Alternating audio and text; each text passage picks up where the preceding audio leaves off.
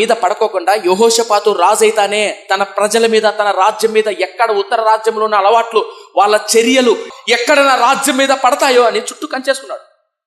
భయపడ్డాడు, దేవుణ్ణి అనుసరించాడు. మనం కూడా ఆత్మీయతలో రక్షణ పొందిన తర్వాత, మారు మనసు పొందిన తర్వాత ఎక్కడ పాపం నాలోకి వస్తుందో, ఎక్కడ లోకంలో ఉన్న అలవాట్లు, చెడుల వాసులు, దుర్వ్యసనాలు నాలోకి వస్తాయో అని భయపడతాం. ఎప్పుడు?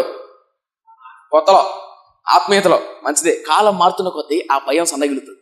ఇదే యెహోషాపాతు ఎవరి చర్యలకైతే భయపడ్డాడో వాళ్ళతోనే తిరిగి మళ్ళీ వియ్యం అవుతాడు. ఇప్పుడు మనం కూడా అంతే. ఆత్మీయతలో ఒకప్పుడు ఏదైనా చూడాలంటే భయం, ఒకప్పుడు ఏదైనా అపవిత్రమైనది చూడాలంటే భయం, ఒక అమ్మాయితో మాట్లాడాలని, ఒక అబ్బాయితో చాటింగ్ చేయాలన్న భయం. ఎప్పుడు? కొత్తలో మారు మనసు పొందినప్పుడు భయం, భయపడతాం. వీలైతే సెల్ ఫోన్లు అమ్మేస్తాం. ఆ కొన్ని రోజులు సెల్ ఫోన్లు అమ్మేస్తాం, వద్దురా బాబు అనుకుంటాం.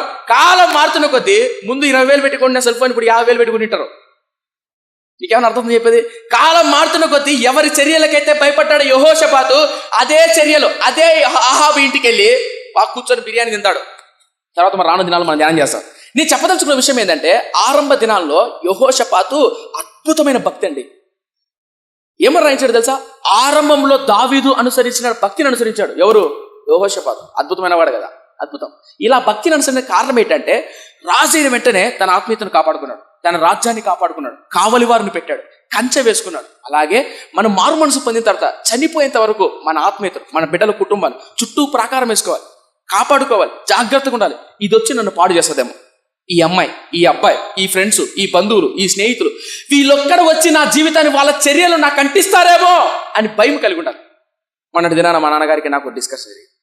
ఆ కార్యక్రమం జరిగిన తర్వాత మన బంధువుల్లో లేదా మన స్నేహితులతో ఎవరైనా సరే ఎవరితో ఎంతవరకు ఉండాలో అంతవరకు ఉండాలి.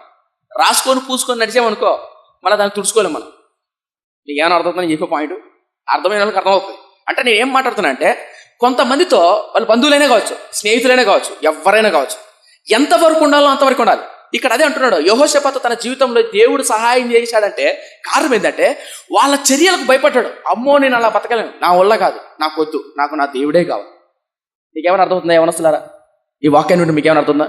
సో ఈ లోకాన్ని అంటించుకోకుండా, ఈ లోకంలో ఉన్న అపవిత్రత అంటించుకోకుండా భయపడుతుంటాడే వాళ్ళకు దేవుడు సహాయం చేస్తాడు. నీకు అసలు అర్థం చెప్తా. ఈ పాపంలో పడకూడదు ప్రభువా, ఈ సెల్ ఫోన్, ఈ అమ్మాయి, ఈ అబ్బాయి, ఈ లోకం, ఈ స్నేహితులు పడకుండా నేను కాపాడుకోవాలనుకున్నాను అని ఏడుస్తుంటావు.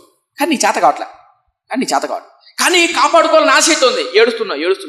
అలా ఎవరైతే ఏడుస్తారో, తన మీద ఆధారపడాలని ఎవరైతే ఆశపడతారో వాళ్ళకు దేవుడే సహాయుడై ఉందా లేదా? అక్కడ దేవుడైన యెహోవా యెహోషాపాతుకు సహాయుడై ఉంది. దేవుడే సహాయం చేశాడంట. ఎవరికి? యెహోషాపాతు. మరలా ఎత్తును గుర్తుపెట్టుకో. అత్తా మామ ద్వారా, భర్త భార్య ద్వారా, పిల్లల ద్వారా సమస్యలు ఎదురైనప్పుడు, ఒంటరిగా ఉన్నప్పుడు, కుమిలిపోతున్నప్పుడు ఆత్మీయ బ్రతకాలనుందయ్యా, ప్రార్థన చేసుకోవాలని ఉంది, బ్రతకాలనుంది, నా పవిత్రతను కాపాడుకోవాలన్నది, కానీ నన్ను పవిత్రంగా బ్రతకనివ్వట్లేదు, ప్రార్థన చేసుకోనివ్వట్లేదు, ఆశ అయితే ఉందయ్యా అని మొరపెట్టి చూడు, దేవునికి సహాయం చేస్తాడు. యెహోషాపాతుకు దేవుడు సహాయం చేశాడు.